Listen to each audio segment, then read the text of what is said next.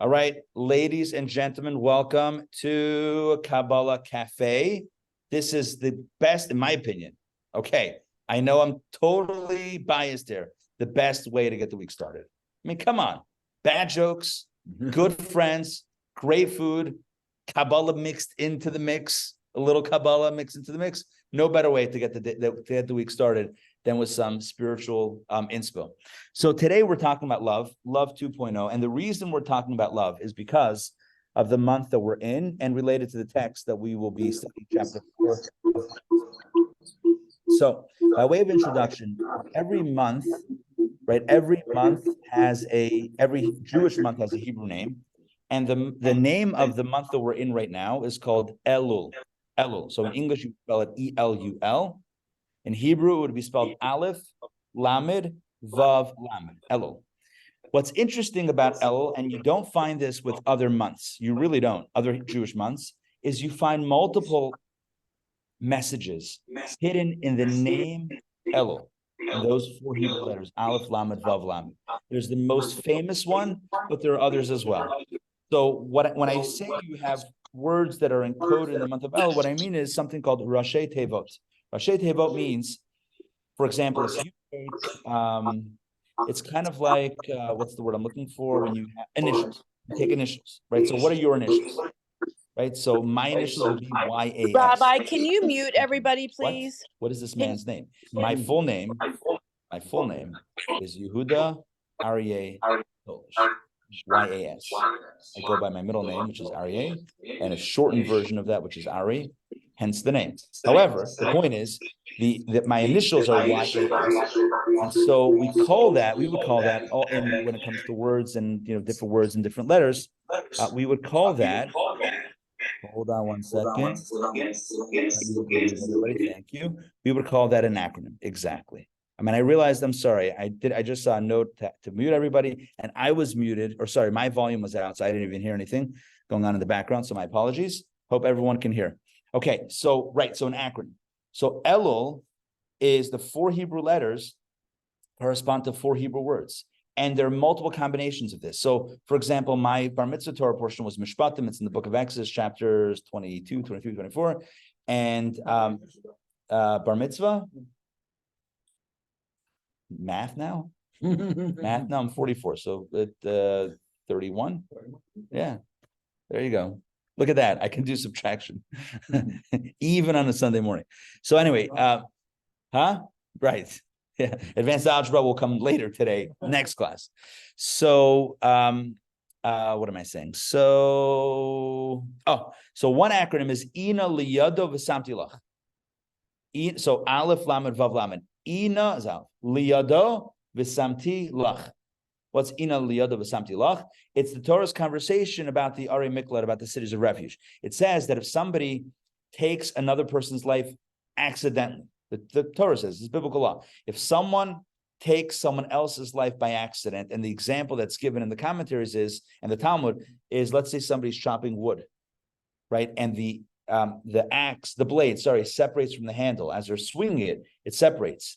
And and then it strikes someone else, God forbid, and takes their life. So it was not intentional. It wasn't negligent. It was just a straight up accident, right? So what's the halacha? What happens? So obviously there's no capital punishment. It's not a capital crime. What would in America, in US law, what would we call this? Is manslaughter? Is it manslaughter? Okay, manslaughter. So what happens in Jewish law when this situation arises? So the Torah says there's a concern. Well, first of all, you don't punish the person. You cannot. It's not like there's no capital punishment because they didn't intend on doing anything, but it happened through them. So what do you do? So what's interesting is the Torah says, by the way, you could sit right over here in the hot seat, but then you get all the hard questions. Yeah. Oh yeah. No. I'll be very tame. Don't worry. No backhands here. Although you never know. Okay. So basically, so the Torah says like this, there's a concern. The concern is that the Goel Hadam, which means the avenger of the blood, which I'll explain in a second, might come for retribution against the person who accidentally took the life. So simple scenario, the relatives of the person who was killed might demand vigilante justice. They might say, we want blood. It doesn't matter it was an accident, or we don't believe that it was an accident, and we're out for blood. And the concern is literally for the safety of the individual who accidentally took the life. And so therefore there's a provision in Judaism. It's called an ir miklat, or in plural, it's ari miklat, a city or cities of refuge. And what's a city or cities of refuge? It's a space where you can be protected. One could be protected and safe if the situation were to happen. If the situation were to, it's probably Ellen's. Yeah, there you go. If the situation were to happen, God forbid that this scenario would unfold. So if, God forbid, a life was taken accidentally, and now the concern is, well, what's going to happen with this guy's safety? So there's a provision for this. There's an app for that, and we can figure it out. And the way it works is, okay, I found this on the web. I don't know why that happened. Sorry, that is who pops up. I don't want to say the name because it's going to happen again. It's an app. No, it's an Apple computer. So it's SIRI, who somehow heard me say SIRI and now pops up. I don't think I've ever used SIRI, but it pops up in random situations. Okay. Point being that there is a space to have it's a safe haven. It's a safe haven when things get a little sticky. So when there's a little danger, you have a safe haven to retreat to. That's an ar miklat. It's a city, literally a city of refuge. Ina liyod of samti lach is 4 words that are in that Torah's conversation about the Irma considered refuge, to which our sages say, and our tradition tells us that this month of Elul is a city of refuges in space, but in time, a time of refuge is this month that we're in now. The rest of the year is there's a hustle, there's a bustle, and we're involved in things, and we make choices that maybe are not in our best interest or in others' best interest. Here's a month in which we can almost escape in a good way, not in like shirking responsibility, but a space to go to reconnect with self, to find a safe haven from all of those forces, all of those distractions that wish to suck us in. Because if you think about it, the idea of taking life is really to separate soul from body. You with me? I'm going to say this like quickly. Death, right, is separating soul from body. And isn't that what happens when we make mistakes?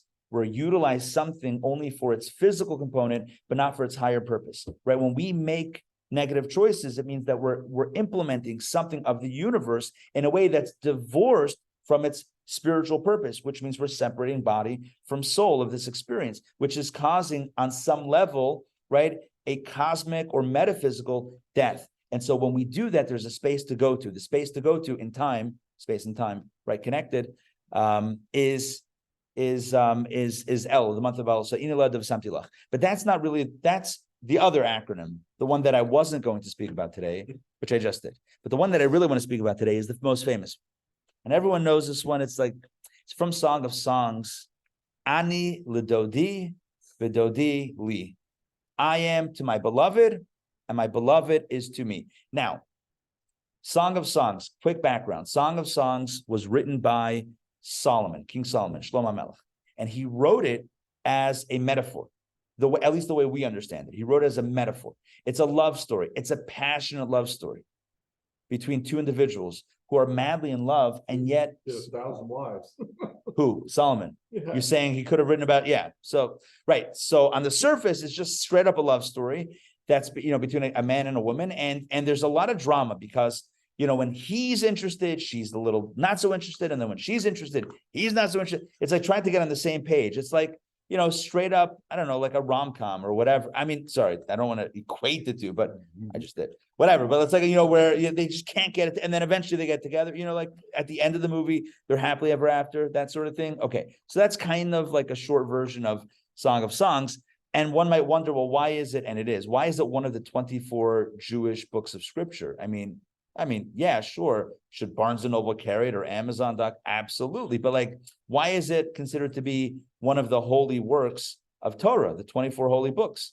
And the answer is because we understand that it's not a story about a man and a woman. It's not a physical love story. It's a story about us and God, and how when God's into it, sometimes we're not so into the relationship. When we're into it, sometimes we don't feel like God's responding. And we have this type of, I don't know what the right word would be, but the right expression, this dynamic in a relationship where it's kind of hard sometimes to get on the same page, and there's a lot of drama. And so there's two verses that relate, that are similar, but the opposite. One is ani ledodi v'dodi li. I am to my beloved. I love you, and then you love me. And the other one is dodi li v'ani lo. My beloved loves me, and then I love my beloved. And this represents in our relationship with God two modalities. There's two different modalities. One modality is where we take the lead in the relationship. Ani ledodi v'dodi li. I love you, you love me. So I begin. I make the first overture. Right, I lead this dance. Every relationship, every conversation also is a dance, an interplay between two individuals. Otherwise, it's a monologue, right? Monologues are good. SNL, Conan. I don't know. That's it. That's all I know from the 90s. But I'm just saying, like conceptually, right? Like monologues are great, but dialogue, conversation, there's a dance, there's an interplay. Right, one leads, one follows, then the other one, then you shift, then they lead, then you follow. There's an interplay. And so in our relationship with God, you have a similar dynamic. Sometimes we lead, sometimes God leads. Sometimes we feel like we're leading the charge and we're self-inspired, and sometimes it feels like God is leading the charge and we follow. And so Kabbalah teaches that this month of Elul stands for, it's an acronym, Aleph, Lamed, Vav, Lamed, 4 Hebrew words, Ani, Lidodi, Vidodi, Li. I am to my beloved, and then my beloved is to me, which means in this month, as opposed to next month with the high holidays, we are the ones that are showing up. We are the ones that are making, as it were, the first move in this relationship with God in the month of El. We take the lead. We start it. We get it started. We get it going. That's this month. In the next month, the month of Tishrei, high holidays, God is radiating, right? God is radiating majesty and sovereignty and awesomeness. And so we feel drawn toward synagogue. We feel drawn toward prayer. We feel drawn toward the shofar. We feel drawn toward Yom Kippur fasting. We feel drawn toward these things. We feel inspired, and the inspiration is coming from without as opposed from within, which is not a bad thing. It's just a different thing. There's two different dynamics. There's when you're self-inspired and when you're following the lead of an inspiration that's coming from outside of yourself. Does that make sense? Mm-hmm. Yeah. What happened to the kings in the field? Oh, which leads me to the king in the field. Perfect. The Alter Rebbe writes the following. When you blow the shofar, I saw him die. Really? He's lurking. He was in the field. BK. All right. So here's the deal. So the king in the field. Let me explain what's going on here. The Alter Rebbe, the founder of Chabad, the first Chabad Rabbi, born in 1745, passed away in 1812. He writes the following. He says that a good way of understanding the dynamic of this month of El is understanding the relationship between a king and his subjects in the time that the king is traveling toward the palace. So when the king is sitting in the palace, so to get into the palace would require a lot of connections. Like you have to be super, I don't know, connected or very high on the totem pole. Totem pole? I don't know if that's the right word. Right? You have to be high up there. What we would call in Yiddish a big, well, that's English, macher, right? A big macher, but like a really big macher. How do you translate macher? Mover and shaker? To be a really big macher. Macher literally means maker, but like, be like a real big macher to get an audience with the king. That's not easy. And then when you go in, there's all the pomp and circumstance. And the very fact that it's so hard to get in actually makes it an awesome experience. Right, the harder it is to get into the throne room, as it were, just lends a sense of gravitas to that experience. It's so hard to get in, and now you're in, and now it feels amazing. And so when you're inspired, standing in the presence of the king in the palace, it's not because you've inspired yourself. It's because all of that outside stimulation is inspiring you. Whereas in this month of El, it's a different dynamic. The king is not, as it were, in the palace, on the throne, in the innermost chamber. The king is, in the language of the Alter Rebbe, the founder of Chabad, in the field. And he gives an example. He says, when the king is traveling on vacation and then comes back, so he passes through the field. And then he says, anyone who's around has permission to come and say hi. You don't need any special access. You don't need any special code. I'm sure there's Secret Service. Right? I would hope there's Secret Service. I don't know.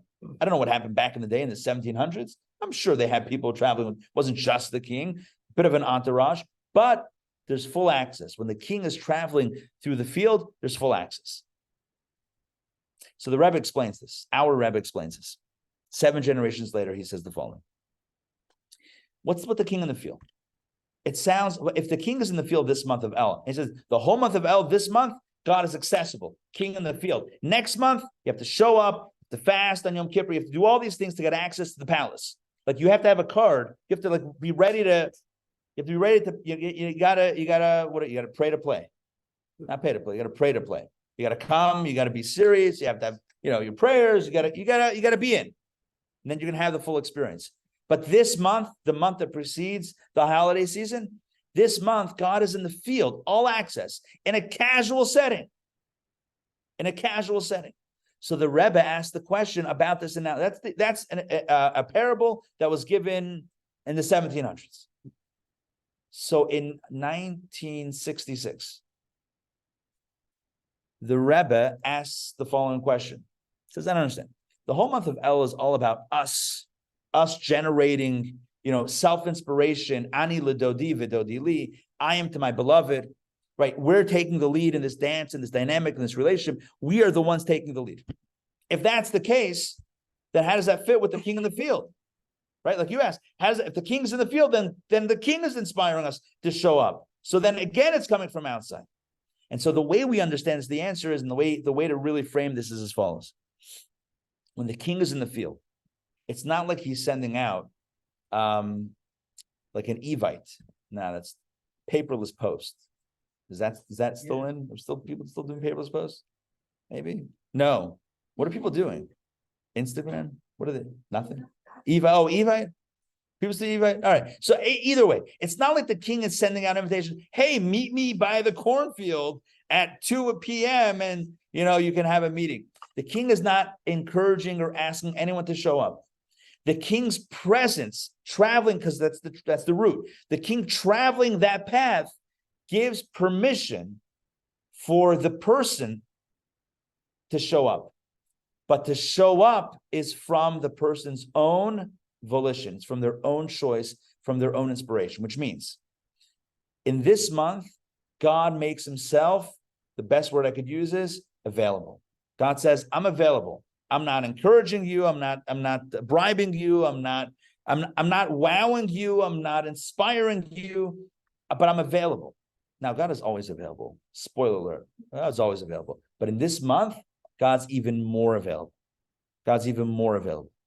And that gives permission to show up. So many times, I think, people have, I think we spoke about this a little bit last week, imposter syndrome. Who am I? Yeah, who am I? I'm not such a righteous person, not such a spiritual person. I'm not the most religious person. Like, so who am I to really show up and do this, that study or pray or learn, whatever it is. And study and learn the same thing, but I ran out of things. So, right, who am I to show up and do this, really special thing if I'm not like the biggest tzaddik, not the most righteous person?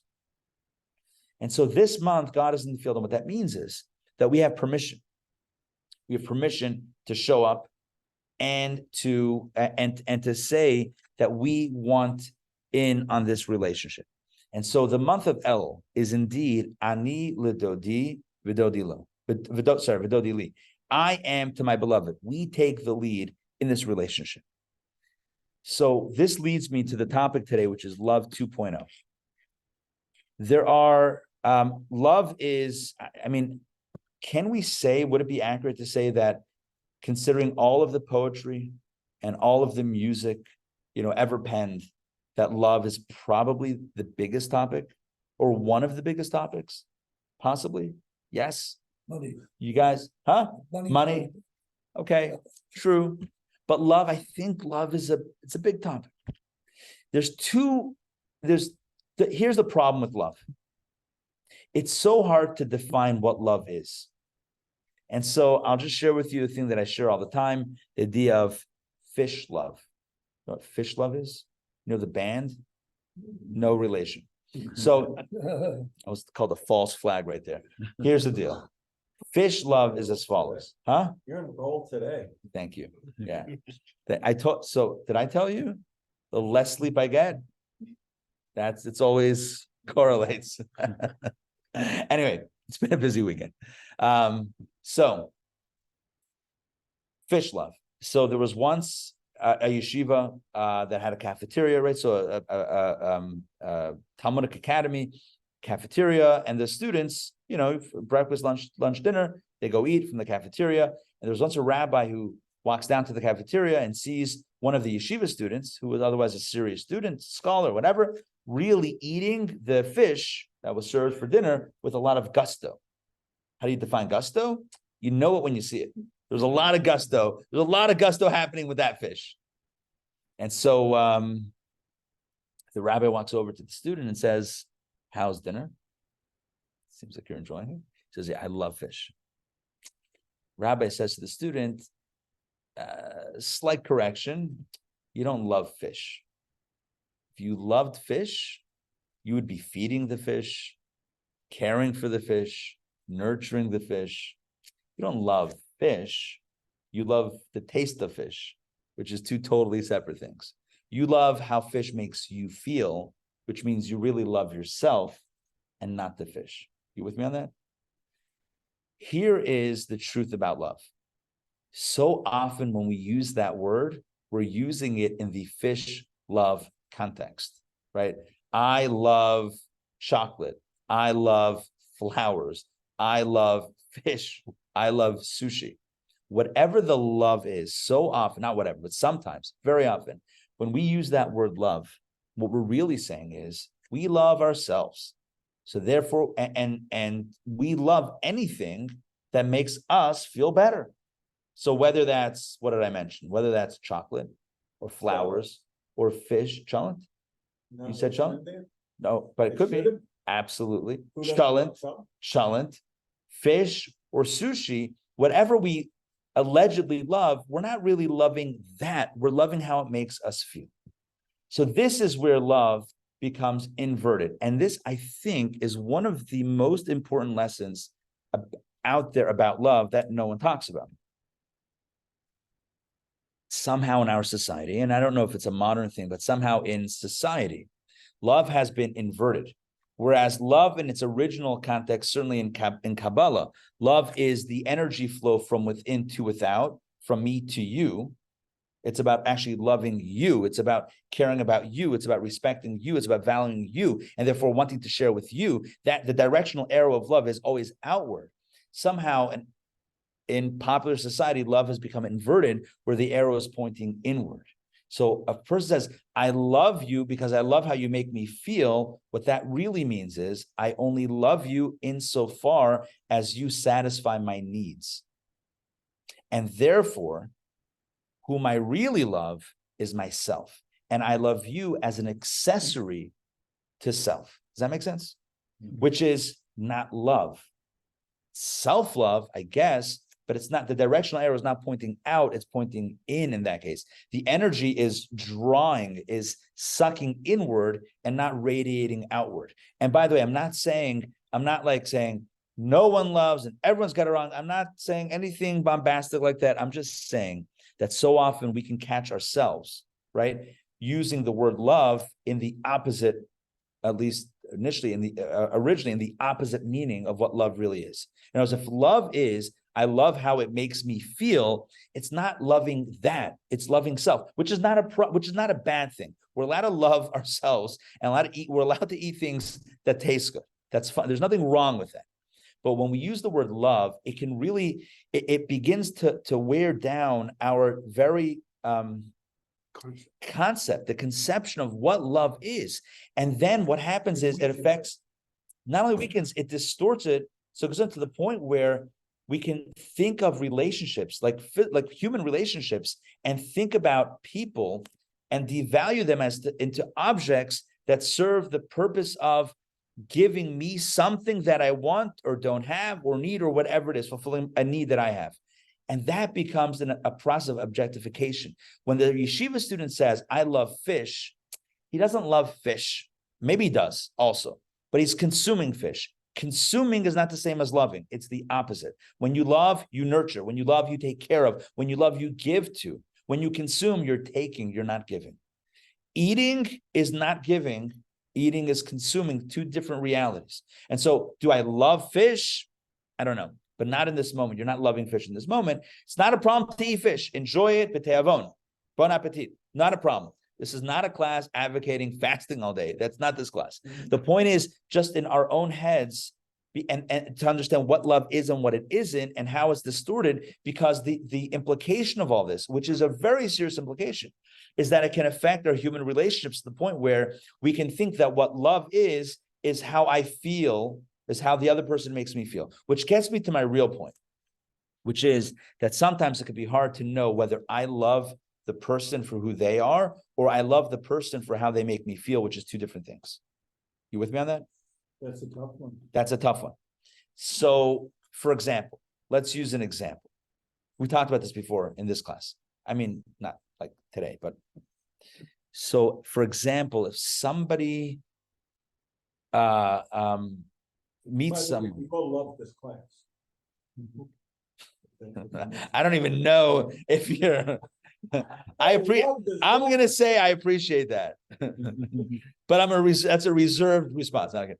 Okay, so imagine if a guy, he meets a woman and he says, "Oh, I want to take you out on a date," and he says, "All right, I'll pick you up 6 o'clock at your house. What's your address, etc." Oh, we can't have kids, guys. Anthony, do you mind asking them, because I have specific requests from Mrs. New to no kids in this facility. Well, in this space. Thank you. I appreciate you. I literally. He's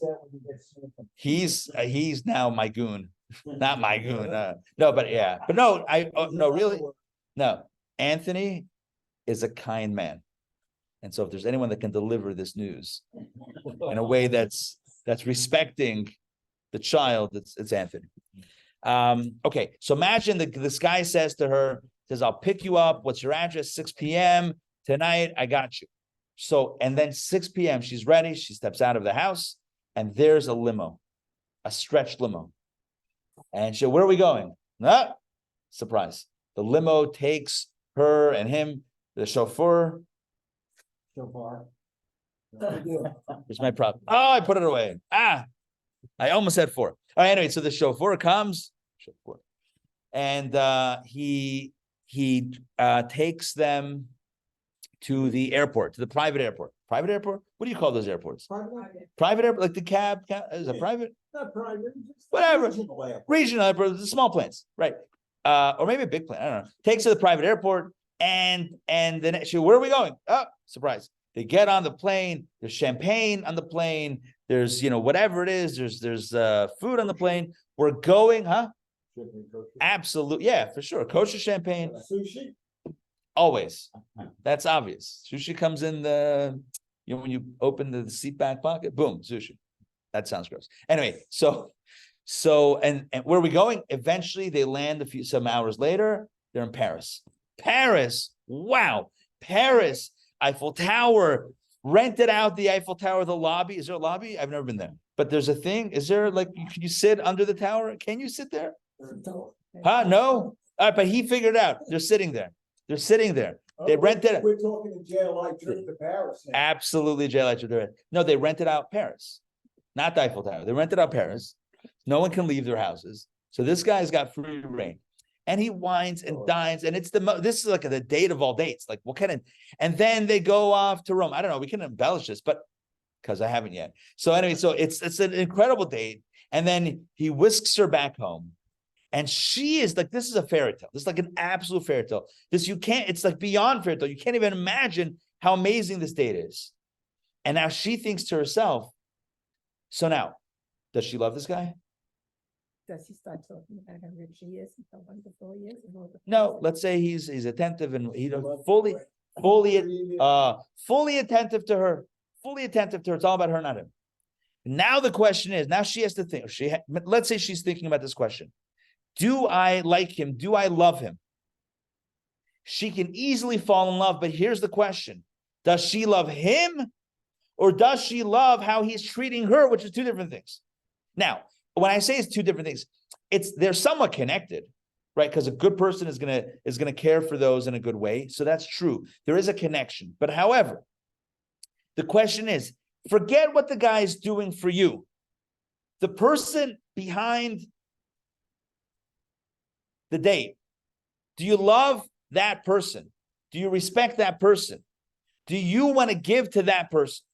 How do you feel about that person? Not how do you feel about how they treated you. You feel great. There's no chance that you don't feel great about that. But what do you feel about the person behind those gifts? Correct. They might be a great person. You might be in love with both. That's true. But I'll tell you this, the more output, the more you're getting, the harder it is to sift through your feelings and to know, what is it about? I feel in love, but what is the love in this context? Is it a love that I love the other, them, or do I love what I'm getting from them? Those might not be mutually exclusive, and they could be complementary, and they could be reflective of one greater truth, and all of that is true. However, it is a process of sorting and sifting through feelings and through, beliefs. Like, what do I love about this person? Do I like this person? If they lost everything tomorrow and all they were was themselves without the output, would I love them? That's the question. That's really the core of the question. If I didn't get anything from them, I can't say anything. If I didn't get that from them, would I love them? It's easy. See, that's, when people first meet each other and fall in love, why is that initial whatever excitement, why is that so short-lived? Because, that initial excitement is about what I'm getting from this experience. But what maintains a long-term relationship is what I'm willing to give toward the relationship, is what I'm giving into the other. Do I respect the other? And really the key to love is that other word, which is respect. If I can respect the other, then it's not about what I'm getting. If I respect the fish, I'll also take care of the fish. If I love myself, I'm going to look at the fish as a tool, not as a tool, as a pawn in my game of feeling better about myself, objectifying the fish.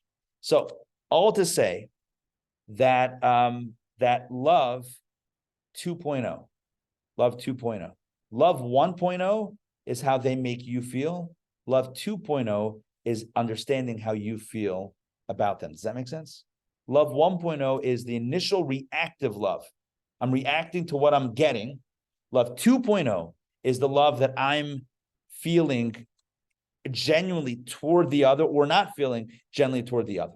Is it So- based on their character? What is it? Yeah, ultimately it's going to be based on who they are as a person, not what they give to me, but who they are. Are they a mensch? Do I respect them? Do I appreciate them for who they are? Not for what I get from it, but for who they are. Because at the end of the day, when you're living with someone, right? I mean, the key to that is respecting them, wanting to hear what they have to say, and a different opinion, let's say, than me. If I only appreciate what I like getting, what I like hearing, well, how long will that last for? Everyone's being on their best behavior initially, right? Everyone's being on their best behavior, and saying things that they hope the other one likes. But when that kind of quiets down, then you're left with two authentic people. And the question is, do I love you? Not what I get from. Do I love you? Do I appreciate you?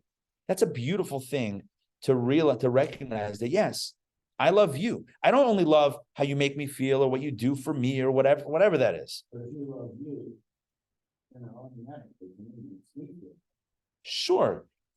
Definitely love is circular for sure. It's only going to work out good all around. But the point is that the initial, the direct meaning of love is this way. And so really everything that I've told you now is what the Talmud says. The Gemara, the Talmud says this about our relationship with God. Famous story, Mount Sinai. The Torah says that the Jewish people stood by the foot of Mount Sinai, and they stood betachtit, I think that's the word, hahar. They stood at the foot or beneath the mountain. And the Talmud says the following. What happened at Sinai? God lifted up Mount Sinai above their heads. That's what it says. Talmud says, God lifted up, Anthony, thank you. God lifted up the mountain above their heads and said to them, do you wish to accept the Torah? If yes, great. If not, you will be buried here. How much of a choice? How about that for a choice? How about that for a choice? Yeah, sure. Aha. How awkward. There's a mountain above my head. What do you choose? Come on. And the Talmud therefore says, Kan moda rabba la raita. This becomes a big caveat to Torah, to the acceptance of Torah. In other words, when the Jewish people said, yes, we will receive the Torah, there was a big asterisk. Kind of like my Barry Bonds home run record. Barry Bonds used to be on the Pirates. He was half the size. Anyway, that's another story. So, although we loved him as a Pirate, then he left. All right. 92, it was the Braves who did us in. All right, forget that. Old news, but the wounds are still fresh. So here's the point. The Talmud says, here's the big asterisk of the whole story. Because, yeah, we accepted the Torah. We said we're in, but under duress. Under what type of circumstances? And the Talmud says, it was only centuries later, in the times of the story of Purim. Remember the story of Purim? You had the evil king, or the king Achashverosh. You had the evil minister Haman, or Haman, who wanted to destroy the Jewish people. And the Jewish people stood with self-sacrifice for a full year and didn't relinquish or renounce their Judaism. They could have said, oh, Haman, you want to kill the Jews? Oh, we're Persian. Let's have a conversation, Persian to Persian. Person to person. All right. That's number 7. Yeah, but that was a little too straight. It wasn't, didn't have enough. Still counts. I tried. All right. Yeah, that was, I'll give a deficit for that one myself. That one, I'm gonna take away a point. The point is that it was only, the Talmud says, it was only the times of Purim. Mordechai, Esther, Queen Esther, Achashverosh, it was only then that the Jewish people demonstrated that they really love God, even when they're seemingly not getting anything out of that relationship. You with me on this? That they're demonstrating, sorry, I just jumped the gun on the Chassidic explanation. Let me rewind that, sorry. That's when they demonstrated that they really are dedicated to Judaism, to Torah, even under duress that happened in this times of Purim. I don't know that I'm able to explain this without going deeper. Let's go deeper. All right. Let's go back. What's this business of the mountain over their heads? Prior in the story, when Moses presents the question to the Jewish people, do you want the Torah? The Jewish people said yes. So why later, a few verses later, does it say that God, the Talmud says that God held the mountain over their heads? Again, to the Alter Rebbe, the founder of Chabad, he says the following take on this, mystical take. It's beautiful. He says it's not literal. There wasn't literally a mountain over their heads. It never happened. Here's what happened. The mountain is a metaphor. Mountain is a metaphor for love. Why? Because love is a very big emotion. And big emotions are like mountains. You have a landscape, a flat landscape, and then a mountain that really juts out. A beautiful mountain, big mountain. Love is big. It's a big emotion. It's a soaring emotion. So the mountain equals love. So picture a heart-shaped mountain. Don't. Whatever. Love, mountain equals love.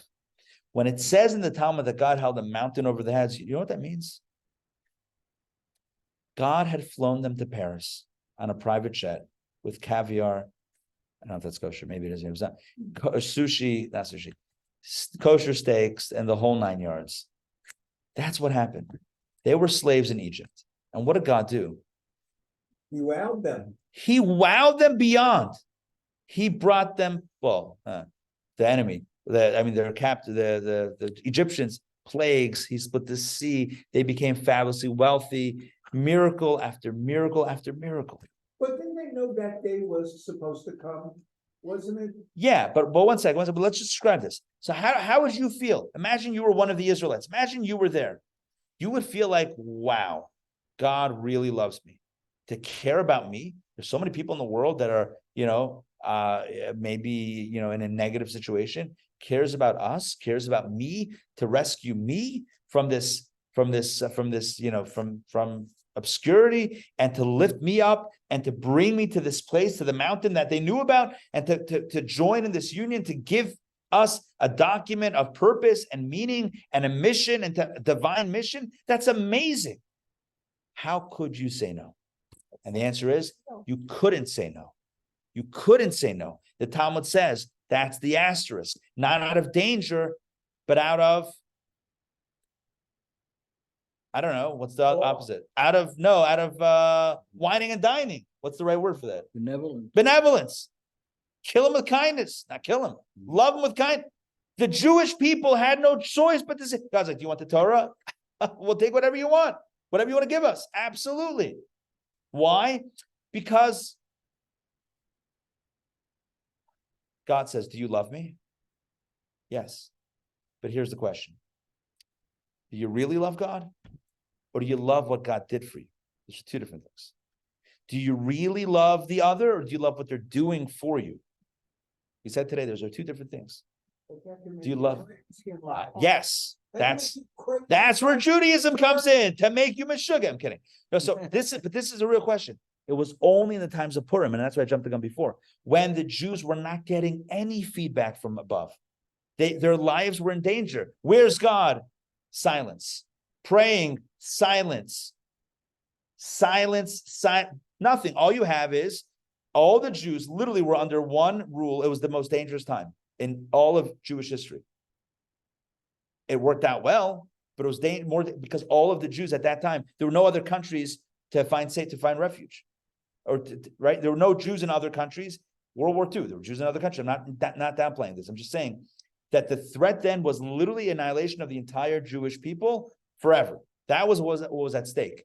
And Haman was second in command, and he got the signet ring. This was cleared for absolute havoc and the devastation. Men, and the decree was men, women, and children.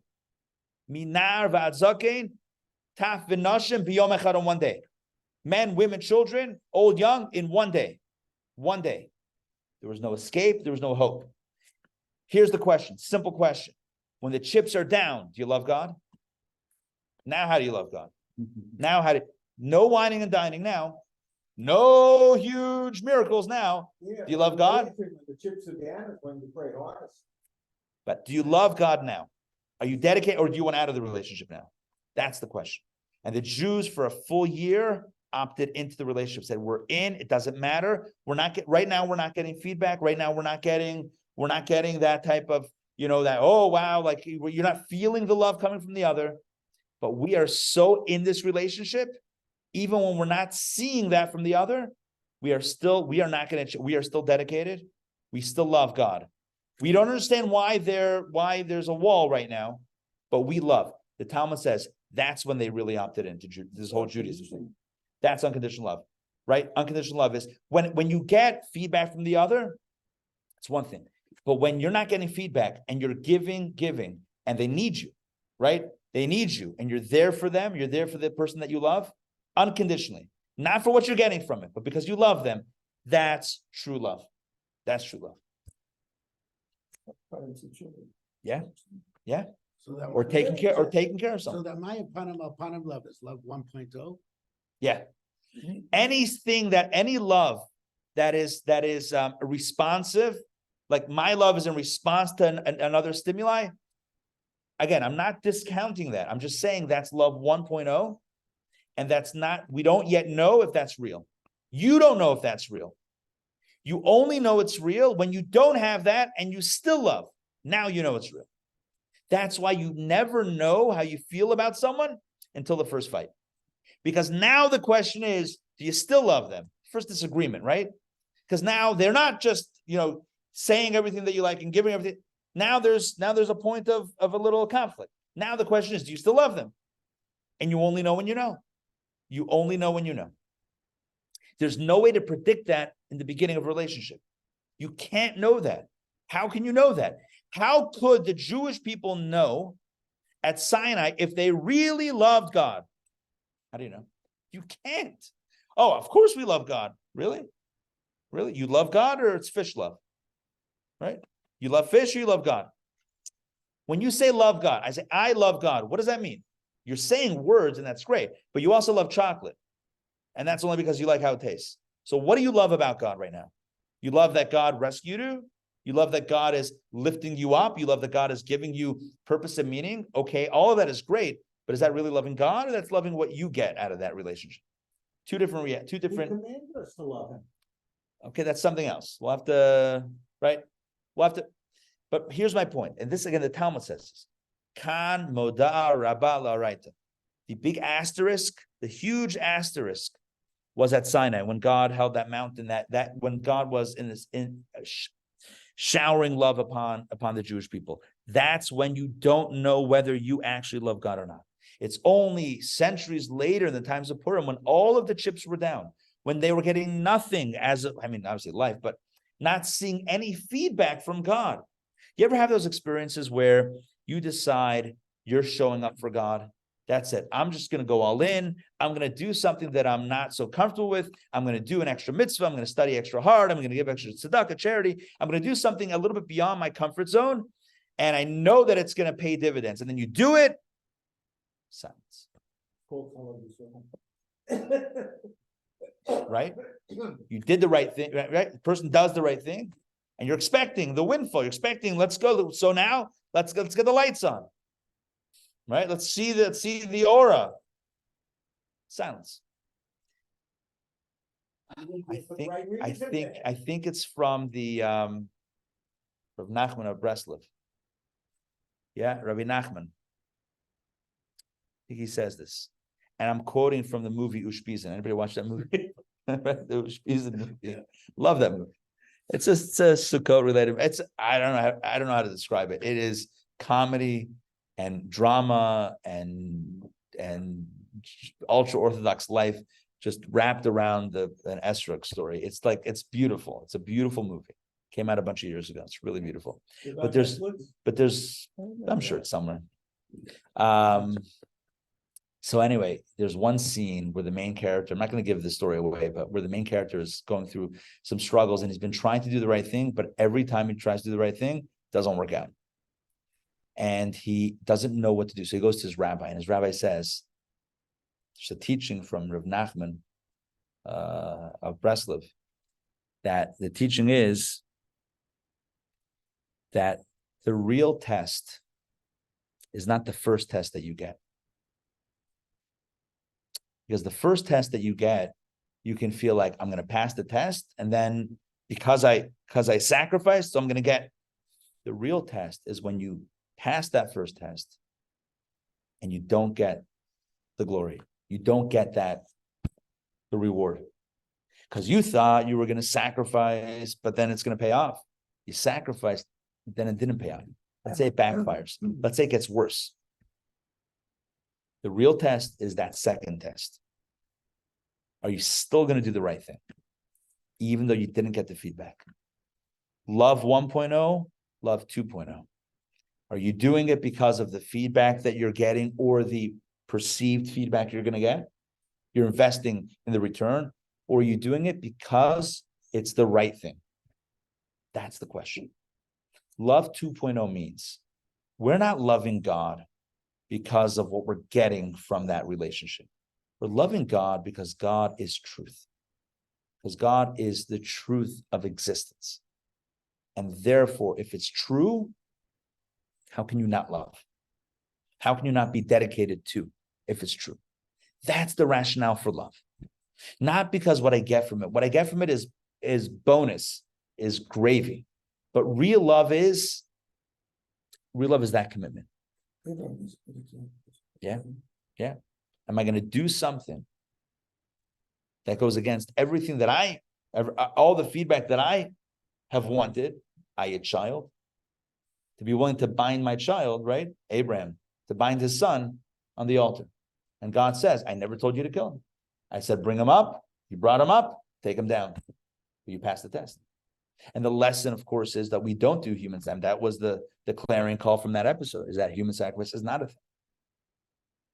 And our abhorrence to that is not because of our superior morality over Abraham. It's because of Abraham that we learned this lesson at a time when human sacrifice was the norm. Anybody ever been to Mexico? I haven't, but I've spoken to people that have. And they tell me that they go to these temples. I don't know why I'm going like this. They have stairs. They would throw the human sacrifices all the time down the stairs. I know they don't always say it on the tours, but this was a thing. Was it just Abraham's faith or was it Isaac's faith? Both. We don't talk about Isaac, but He was 37 years old. Could we go back to 37. RC9 for a second? Absolutely. I was always told, maybe incorrectly, that there isn't an extra word or letter or in the Torah, that the Torah is 100% and it can be taken metaphorically, but that the Torah is literal. Yes. So there are many that believe that, yes, that mountain was held over their head. One second. The Torah itself doesn't say that. The Torah says they stood at the foot of the mountain. The Talmud says, or the Medrash says, that God lifted up the mountain. And Chassidus says, yes, Chassidus says that. What does that mean? Because the Talmud does speak in metaphor. Doesn't mean that literally the mountain was No, suspended but over their that's heads. okay. Now that you say. Correct. Yeah, but thank you for asking so that I had a chance to clarify, because I would hate for that misconception that we're discounting a verse. This is not discounting or taking a verse out of its literal meaning. This is respecting the verse that says that they stood at the foot of the mountain, but understanding what the Talmud means, that the mountain was above their head. It means that the love was. So what does this mean for us in the month of El? El is a time. So El, the acronym, one of the acronyms is Ani, L'Dodi V'Dodi Li. People that get married in El, if you have a wedding this time of year, a lot of the invitations will say that, a lot of the benchers, whatever, like the paraphernalia that's given out at the wedding, will have that beautiful verse from Song of Songs. I am to my beloved, my beloved is to me. That's this month. The energy of this month is that we are to God, and then God is to us. And what's the point of that? The point is that it's not about what God gives us. See, if it's Dodi Liva Nilo, if it's my beloved is to me, and then I'm to my beloved, you know what that means? That you know why I love God? Because of what I got. God loves me. Of course I love God. Look what I get all this. That's what I'm looking for. Swag, merch. I got all this merch. Of course I love God. God comes with merch. Absolutely love God. God's great. I get all this stuff. Of course, I love fish also. It's great. Accessories, yeah. Black boxes to wrap in the morning. Yeah. I'm telling you, this morning. And women. Sorry, love not this. candles, so the- Friday night is perfect. Absolutely right. It's a beautiful candle at dinner. It's fantastic. The last 2 weeks, I've been running a yeshiva here. I think some of you guys know this, for the kids. Basically, all the yeshiva students 14 through 19 that are in town and that are, whatever, in between yeshivas, they're going out of town, whatever. So we've been running a yeshiva throughout the day, throughout the morning, 8 to 1. It was, I mean, it was a lot of coordination work, but it was amazing for these guys. Did you love it? 1 second. So here, yes, yes. I loved giving the opportunity for these guys to connect with each other, etc.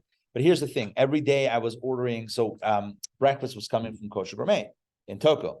And instead of them delivering it, so I had Uber deliver it, which is great. You guys know about this Uber package? Open up Uber. It's amazing. Uber has now, because people don't only just want rides, they want things transported. So you hit on the app, you hit package. It's like another, I get to look, package. And then you say, where are you sending or receiving? As a receiving, sender is Kosher Gourmet. You give instructions. Who's receiving it? Me. Give the address. Boom. I'm from Toko Hills to here. $9. 10.50. I'm like, it's not even. I feel bad. I tip well because I'm like, this person it's about an hour till they get there, till they pick it up, till they come here. It's about an hour plus gas, and Uber's taking a split. I'm like, I don't know how much they're getting. Like, I don't even know what's going on. But back in the day, we used to use couriers. Couriers have like a minimum fee of like $50 or whatever it is, or maybe more. This is like, it's. To send me stuff from my own stores Oh, rather than take the drive myself. right. It's unbelievable. It's more efficient. No, you said like if your kid's on a sleepover, right, and they don't have pajamas, you could send it like that, or even send the kid. You put him in a Joking. Huh? Huh? I would never take. Oh, right. No. You go to the airport for $50. That's $35. Yeah, no, but somehow Still package. change. Right, you're right. It's somehow being, I don't know, the number that the numbers don't make sense. And But anyway, actually their service works because I use courier and Uber. Uber's fantastic. Except the only problem I have is we put Uber packages. Right, exactly. And then they go back up. That's the business model. They show up and they say, you can't be packaged, your food, you're supposed to be Uber food. Interesting. Oh, really? I never said that to me. Anyway, here's my point. My point is that this week I have been talking about the Jewish paraphernalia.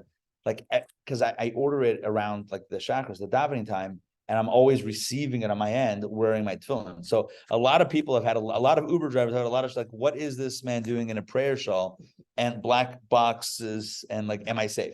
But I've been smiling and been very friendly. So like, hopefully disarming everybody's concern about my look. Anyway, the point is, It was a leprechaun hat. leprechaun hat. What, tefillin? Really? Could be. All right, back to the story. So what's the point? Love 2.0. Love 2.0 is about my investment in you, not about your investment in me. That will come also, right? If we're invested in the other, they're going to be invested in us. It's going to work both ways. But my calculation is not what I'm getting. It's about what I'm giving, because love is moving that direction. So with this in mind, I want to read together. We have 5 minutes. I want to read together chapter 4. It's a beautiful chapter in this discourse. Now you're going to think, I know what you're thinking. I know what you're going to think, because I'm a mind reader also. And that is, what does any of this have to do with what we spoke about today, Love 2.0? Well, Love 2.0. Well, first of all, what we spoke about today is timely because the month of El. This month is a month in which our overture is to God, and not about what we're getting from it, but about our appreciation for our relationship with God, and therefore our love for God. That's number one. But number two, it also speaks to a major theme of this chapter. It's a short chapter, a major theme of chapter 4, which is that notwithstanding that our main focus, please take them past, that our main focus is to work on the parts of ourselves that are easier to work on, but we can also choose 2.0 from our own choice, from our own volition, from our own inspiration to work on ourselves on the inside and to change the very nature of our characters. That is the upshot of chapter 4. It really has to do with loving God 2.0. Okay, so with all of this in mind, all of this hakdama, all of this introduction in mind, let's jump into chapter 4 of our Maimer, of our discourse. And I am going to share this with our Zoom crew, our strong Zoom crew here right now. It's on the screen. Chapter 4, it's called Be a Tzaddik. All right, it can be said that this explains the eternal relevance for every generation. Oh, did everyone get it? Are we sure? You guys? Oh, okay. You guys are good sharing? Okay. That's true love. Sharing being a copy of short and sharing. Page 31, 30, and 31. Okay, it can be said that this explains the eternal relevance for every generation of the commandment to annihilate this. Oh, wow, we're getting into annihilation. But you'll see this changes. To annihilate the 7 nations and conquer their land. So there, and one of the mitzvahs in the Torah is to move out the 7 nations that are living in the land of Israel, and to turn it into from the land of Canaan to the land of Israel. And so here the author says, the Rebbe says, that this explains how that mitzvah is eternal even today when there is no context of that. Despite the fact that the conquest of the land represents the transformation of the 7 emotions of the animal soul to holiness, and this is only relevant to tzaddikim. Indeed, not every person merits this. So when we talk about conquering the land was a land of 7 nations. The 7 nations Kabbalistically respond to the 7 natural attributes: Chesed, Gvura, Teferet, Netzach, Hod, Yesod, Malchut, which we've talked about many times, the 7 emotional modalities of every human being and how they could be in a foreign space, in a negative space. Love might be consuming, might be obsessive. Gvura, discipline, might turn to anger and rage. You could have all these negative manifestations of the 7 midot, of the 7 attributes, and the goal of conquering, the spiritual meaning of conquering the land of Israel, of 7 nations, is to conquer the inner landscape. Is to conquer in a good way, is to make sure that my love is in a healthy space, that my discipline is healthy, that my compassion is where it needs to be for what it needs to be and not enabling, that my netzach, my ambition is in the right place, that my humility is in the right place, that my relationships are healthy, that my leadership is always healthy and not dictatorship. Thank you, Menachem. Thank you. So my goal is to transform my 7 nations, my Canaan nations, into Eretz Yisrael, the land of Israel, to make holy the adjective of the land, to transform the land into the holy land, to transform the human heart into a holy human heart. That's the goal. That's the mitzvah of conquering, wiping out, as it were, the 7 nations. Means to conquer the inner landscape. Now, his question, though, is, but how can everyone do that? To transform your heart, to make your very attributes holy, that's the stuff of a tzaddik, of tzaddikim. He explains why this is for each of us, why all of us study this in Torah, the spirit, which includes the spiritual meaning. He says, why? Since every Jew, and now we continue on the next page, flip the page, since every Jew, page 32, must do all in his power to fulfill the oath administered to him, be a tzaddik. Meaning, although on the surface, as we said last week, our main work is to make sure that we're moderating, that we are in a healthy space in our heads, in our words, and in our actions. But on a deeper level, every one of us also should strive to work on also our inner character. So for sure, if you're feeling angry and wish to say something nasty, step one, don't say it. You want to gossip? Don't do it. You want to do something harmful? No. Think negative thoughts, push them away, redirect, like we spoke about last week, how to redirect our thoughts, right? Mind control, be in control of your thoughts. Great. But step two, and this is not love 2.0, but this is work, avodah, inner work 2.0, is not just working on the outside, but now it's taking the initiative to work on the inside.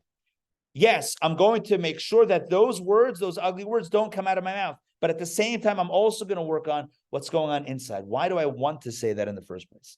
What is triggering me to wish to say something less than kind? And then how do I work on myself to become healthier inside, happier inside, so that the positive stuff naturally flows in the outside, and I'm not in constant war and tension within myself?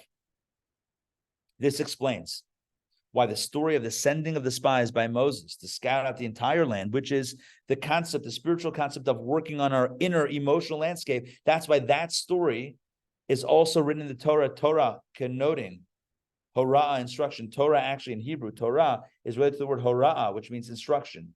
Moreh, Torah, it's about teaching. It's a guidebook. Why? Since every Jew must scout out and examine his emotions and ensure that they are entirely devoted to God. Just like Moses sends spies to the entire land of Canaan, we also must send out spies, i.e., take an internal audit of where we are inside, not just what's going on the outside, not just how we're showing up, but how we're showing in, not just how we're presenting, but how we are feeling. To look inside, to look internally, that is the spiritual, constant, eternal message of Moses sending the spies to the entire land of Israel. What is the message? You and I also, like Moses, should look inside from time to time and take stock. In this month, certainly it's the perfect time to do so, and ensure that they're entirely devoted to God. I read that. Nevertheless, with one caveat, regarding Moses' spies, it is written, send for you by your own judgment. I am not commanding you. God says, I am not mandating this effort, this internal work. You are the one that is going to make that call. This is 2.0. This is not God saying this you must do. This is God saying, I'm giving you permission, like the king in the field. You have permission to look inside. I'm not commanding you to do so. What I am commanding you to do is show up like a mensch. Don't do anything hurtful. Don't say anything hurtful, and don't think anything hurtful. That's the commandment. That's what you have to do. But on your own, if you want to work on yourself, this is what you do. Look inside. Why do I have the desire? Why do I have the drive? I'll be done in 2 minutes. Why do I have the temptation to say something negative, do something negative? Where is that coming from? How do I move my inner space into a different place so that doesn't happen? Since the primary command of scouting and examining back inside, and examining oneself applies to thought, speech, and deed, the conquest of Jericho, over which every person has control, unlike the emotions of the heart. What Joshua, going back to our original tale of two spies, the spies of Moses and those of Joshua. Joshua only sends to Jericho, which means Joshua is representative, is emblematic of being in control of the garments of the soul, which is thought, speech, and action. That's what Joshua focuses on, and that is a commandment that we must do. We are commanded by God to do the right thing, say the right thing, and think the right thing. But how we feel inside is not mandated. That's not dictated by God. That's where we show up in our relationship with God. That's us saying, I'm not just going to give you flowers because I know that's the right thing to do, but I care for you in my heart. I really love you and I want to give you flowers.